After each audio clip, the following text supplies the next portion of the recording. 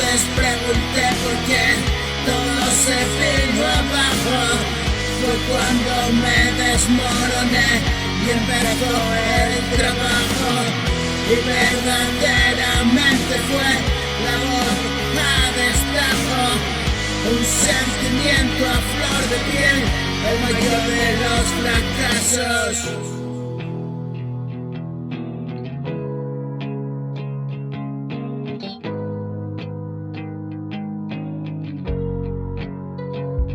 ¿Por qué?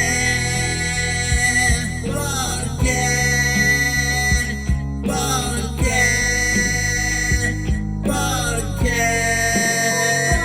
¿Por qué? ¿Por qué? ¿Por qué? ¿Por qué? ¿Por qué? ¿Por qué? ¿Por qué?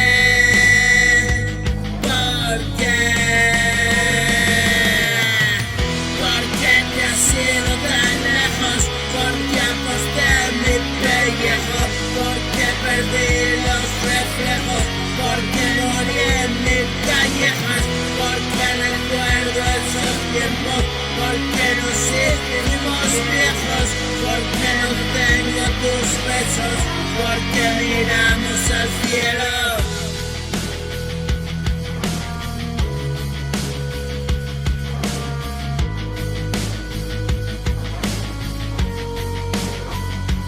¿Por qué? ¿Por qué? ¿Por qué?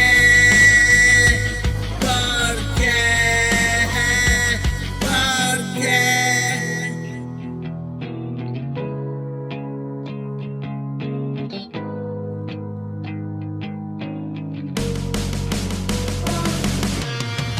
Porque ardimos en el fuego, porque tanto daño quiero volver a besar tus labios, fundirnos en mil abrazos, estrechar más nuestros lazos, rendirnos y abandonarnos.